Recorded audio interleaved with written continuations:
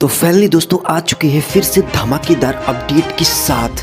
तो आप भी हैं खेसारी लाल यादव के फैंस तो वीडियो के लास्ट तक बने रहें। हेलो दोस्तों नमस्ते, आपका स्वागत है हमारे यूट्यूब चैनल पे। जैसा कि आपको बता दें कि हमारी भोजपुरी इंडस्ट्री की superstar and trending star Khesari Lal Yadav ji का एक बहुत ही गजब का सॉन्ग आया था, जिस सॉन्ग का नाम था तबला। यह सॉन्ग बना भोजपुरी का नंबर 1 सॉन्ग। यह सॉन्ग इसमें तहलका मचा के रख दिया है। यह सॉन्ग यूट्यूब पर आया फिर से ट्रेंडिंग पे, इसमें नंबर 2 पर ट्रेंड कर रहा है। यह सॉन्ग 50 मिलियन व्यू का आंकड़ा क्रॉस कर चुका है।